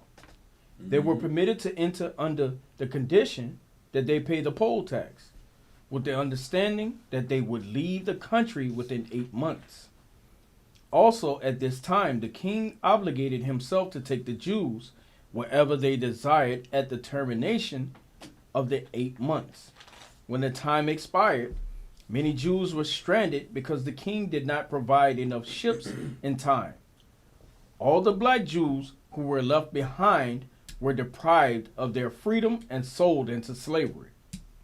During the reign of King Joah II, or John II, several hundred black Hebrew children were ruthlessly taken away from their parents in Portugal and transported to the island of Saint Thomas. St. Thomas, no, St. Thome, which is in, we're going to show you a map at the very end. But St. Thome, and like if you was to Google those people, they look crazy because they mixed in with Esau. Okay. We ran into one last summer when we was out street teaching. She was like, yeah, I know we the people. She said, I know we the people. She looked like us, but she had different color eyes. But go ahead. Off the west coast of Africa, this island is located near Nigeria, Cameroon, and Gabon. Alan H. Gabi says that the Portuguese founded the island of Saint Thome in 1471. In the year 1484, King John II of Portugal, who reigned from 1481 to 1495, offered the Jews of his kingdom the choice of baptism or settling at Saint Thome. Multitudes of Jews were sent to this island during the reign of King John II. These Jews, Judeos, as the Portuguese called them, are serious, reserved, and wealthy, holding most of the trade in their hands. Yeah, but they had that taken from them. Now it says, Alan Godby says that the Portuguese founded the island of Saint Thome in 1471. When we remember, y'all, when we get to the last photo, it's a map of it's not a map of Saint Thome. It's the map out of this book that was written by Alan Godby. That book cost $5,000. Fortunately, we got the map, and the map shows you all these different areas that our people were living in, were sent to, were already there. Let's see, you got the next one up there, right? Let me see. Let me get to it. Yeah.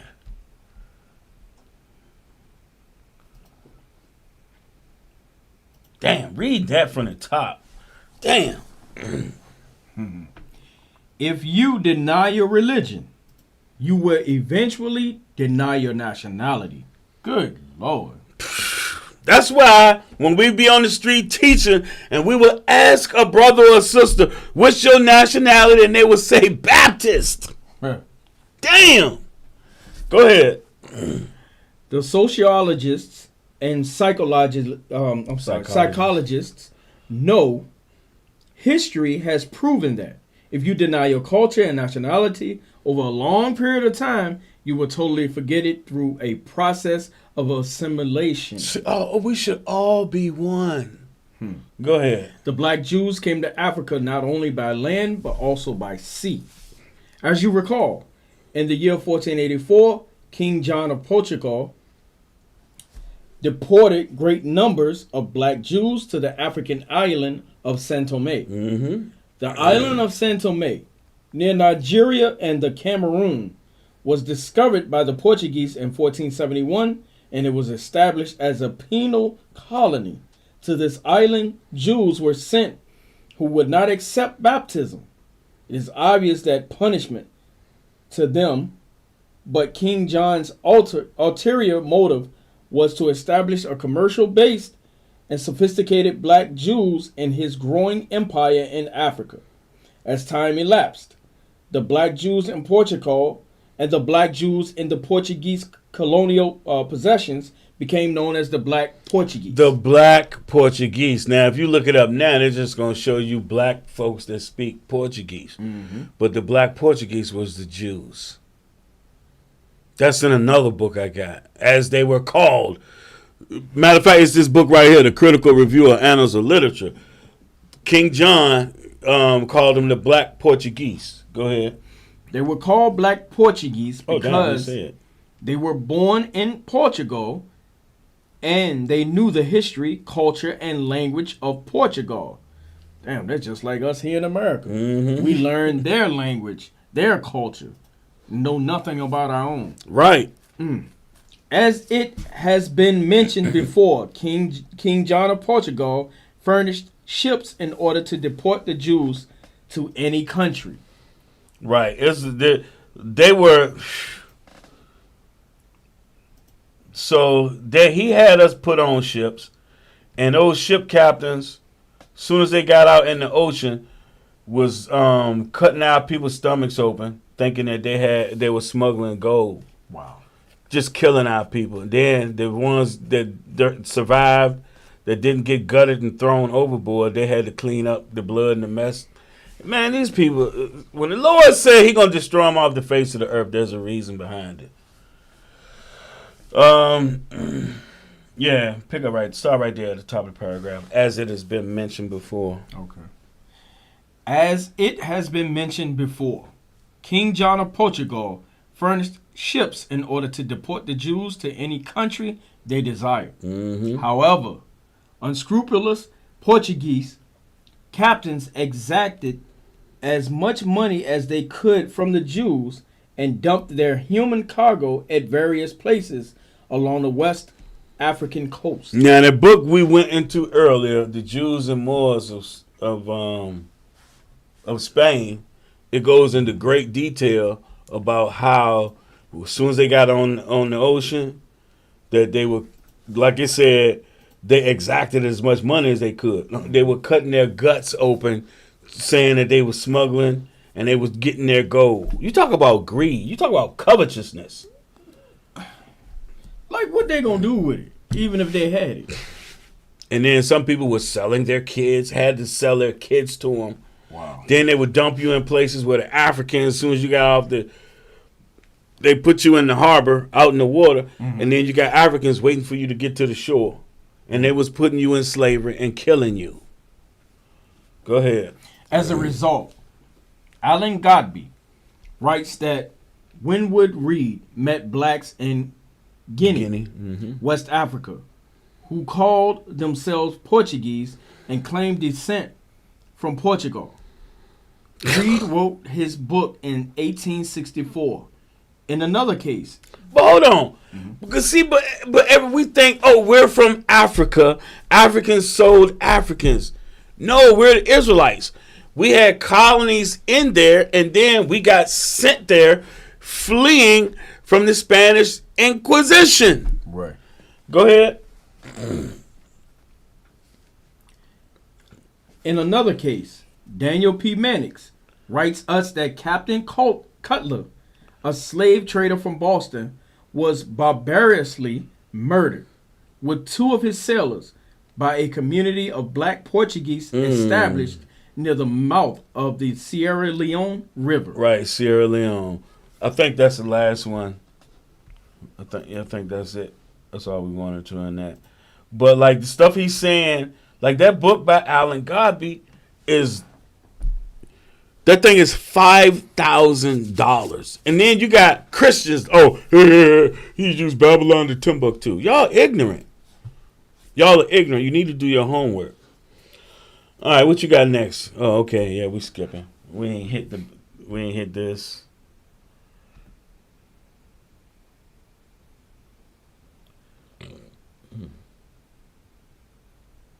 We hit that.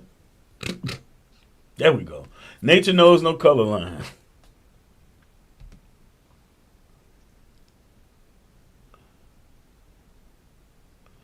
Go to the first one, because I had like 5 pages. I think I shortened it to 2. Yeah, I shortened it to 2. Now watch this, y'all. It ain't gonna be too much longer. Dang. I almost had 6 pages in this joint. Well, I don't have that one either.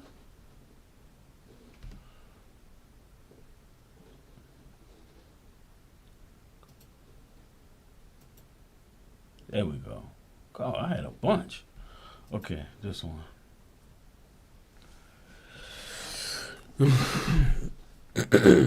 Waits says, an interesting gradation of all shades down to the black is exhibited by the Jews. Right, so you had our people that went into Asia Minor, among those Edomite Greeks, were mixing with them.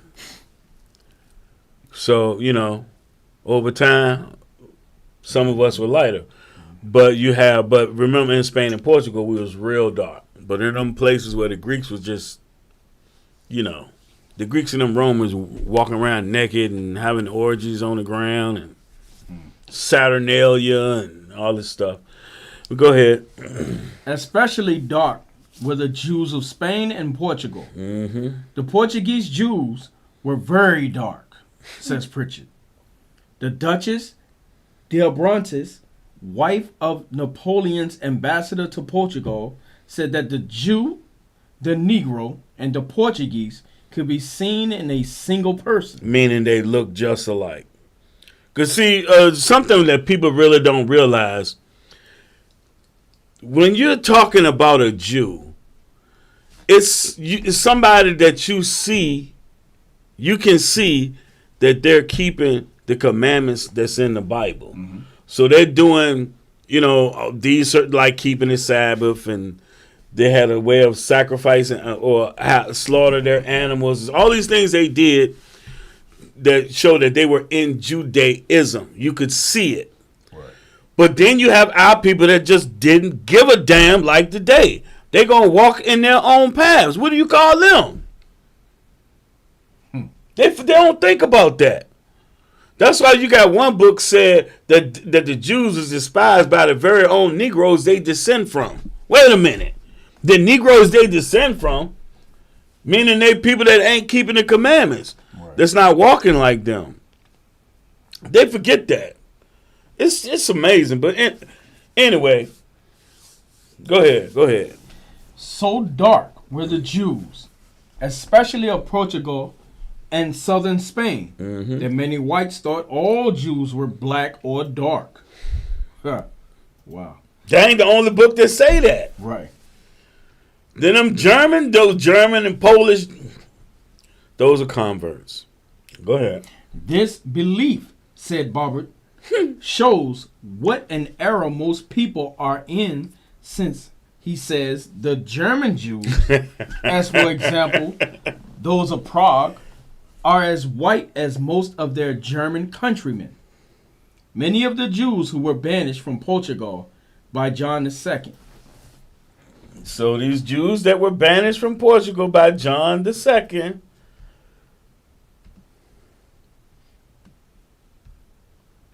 read that. Settled in the West Indies. Where's the West Indies, y'all? That's your islands. Yup. Your Caribbean islands. Jamaica, the Bahamas. Yeah, watch. Keep going. John Bigelow. My bad. I just thought about. What you thought about Deuce Deuce? Bigelow. My bad. Go ahead. Who visited Jamaica in 1850, saw the descendants of these Jews and says they were they were Negroid. Wow. Hold on. So he saw the descendants of these Jews and said they were Negroes. In Jamaica, man. No less. Yama. Go ahead. The Eastern Jews who settled in Austria, Poland, and Russia were Negroid too. Count Adam Gorowski of Poland, who visited the United States in 1857, said the Jews of his country strongly resembled American mulattoes. Number of Jews, he said, have the greatest resemblance to the American mulattoes. Sallow complexion, Dark. thick lips, crisp black hair. Of all the Jewish population scattered over the globe, 1/4 dwells in Poland. I am, therefore, well acquainted with their features. On my arrival in this country, America, I took every light-colored mulatto for a Jew. You good. You good, man. Those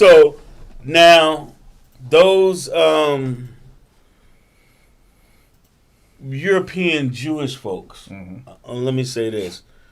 So there's a reason why they go by the lineage of the mother. So like the guy corrected me. The guy corrected me on Facebook. He said that whenever there's admixture, somebody when they mix from somebody of another nation, it goes then the mother decides the nationality. So they're in great error. Right. There's I got books that say all kinds of stuff. They was taking them hostage.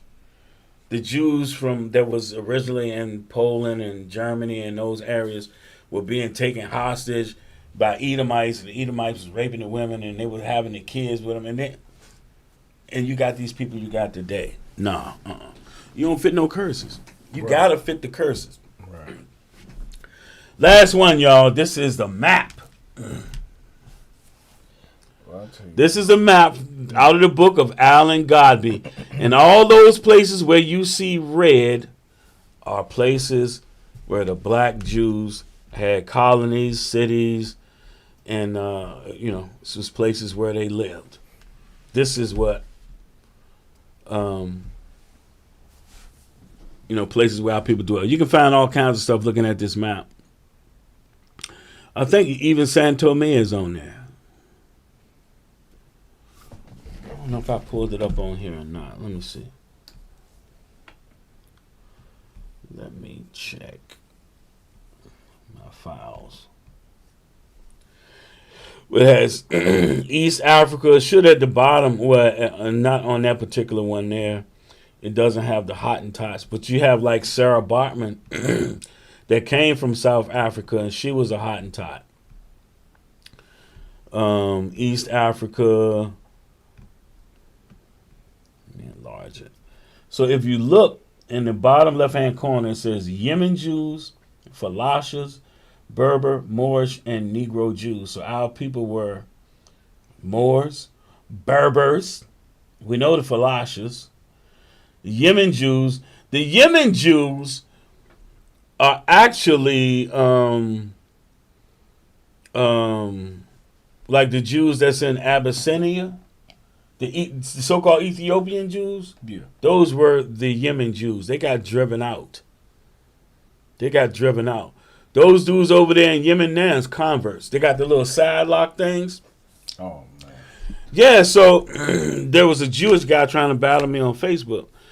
And he put up this story showing how there was some king over there and his people accepted the Jewish religion and became Jews. And that's who's over there. So the real ones crossed the water into Abyssinia and went among the Ethiopian Jews. Can't make this stuff up. You have, if you look at it, okay, you can see Senegambia, Mauritania, which Mauritania is just, it means land of the blacks. In North Africa, you see all these, you just see red everywhere. Our people were all over that place because Spain and Portugal is right above it. And when we got kicked out of Spain and Portugal, many of us fled there. Then you have, Sierra Leone. Then you got Jewish traces. Ashanti, Dahomey, Nigeria. Look, Levite cities. B'nai Ephraim, meaning sons of Ephraim. Dahomey Jews. Look, Berber Jews. They're San Tome by Cameroon and Gabon. Then below that, you got the Mavumbu Jews. I can't even see what the other ones are. Luando Jews. The Portuguese is taking us from there. You can't. There's no way to get around it. We're the Jews. And we're the Israelites. I'm trying to find something. Yeah, I'm about to wrap it up. Yeah, you can wrap it up. Okay. So, we cut out a lot. We've been trying to bring up history. Oh, wow. You know that movie that's about to come out, The Woman King? Yeah. Supposedly the warrior people are Dahomey. Dahomey. Yeah, they defeated us, if I'm not mistaken. Right. That's what my wife was saying.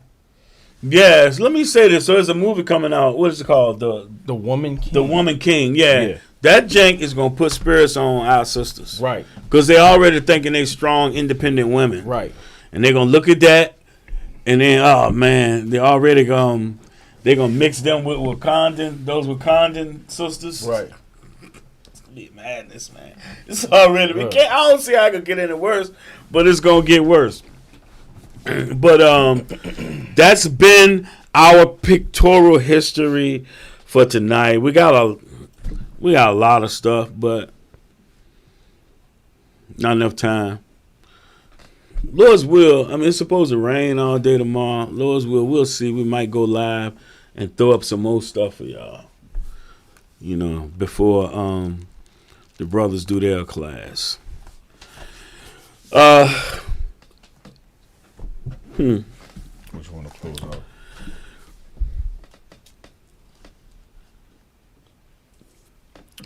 Hosea 4, I think.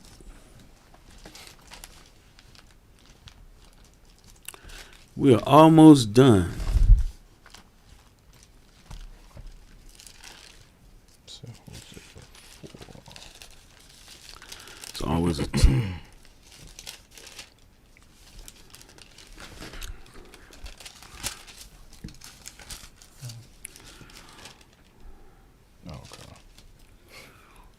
Is that one? I don't know.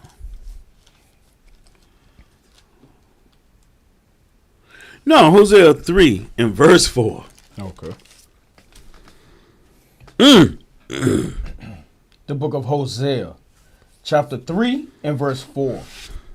For the children of Israel shall abide many days without a king, and without a prince, and without a sacrifice, and without an image. Without an image?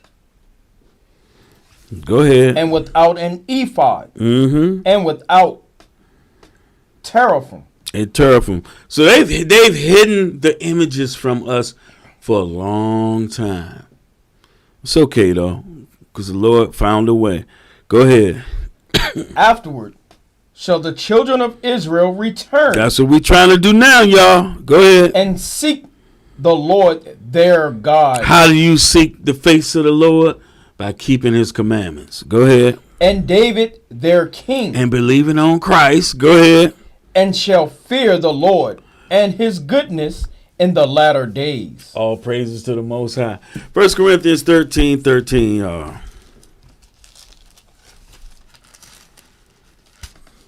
It's awesome. It's just an awesome, beautiful feeling to know that the Lord has woke you up and showed you what you need to do to please him. Right. That's what we got to do. We got to please him. Well, he shined a light on how we can please him, coming out of that darkness that we used to be in. The book of 1 Corinthians, chapter 13 and verse 13. Matter of fact, read 12 first. Okay. Verse 12. For now we see through a glass darkly. Right. At least we can see through the glass now. It's getting brighter and brighter as that day come. Go ahead. But then face to face. See face to face. Go ahead. Now I know in part, but then shall I know even as also I am known. Come on. And now abideth faith, hope, charity, these three. But the greatest of these is charity. Right. The greatest of these is showing brotherly love at the highest level, y'all. So that's been tonight's class. I'm Brother Jacob. And I'm Brother Joab. With that, y'all, we say shalom.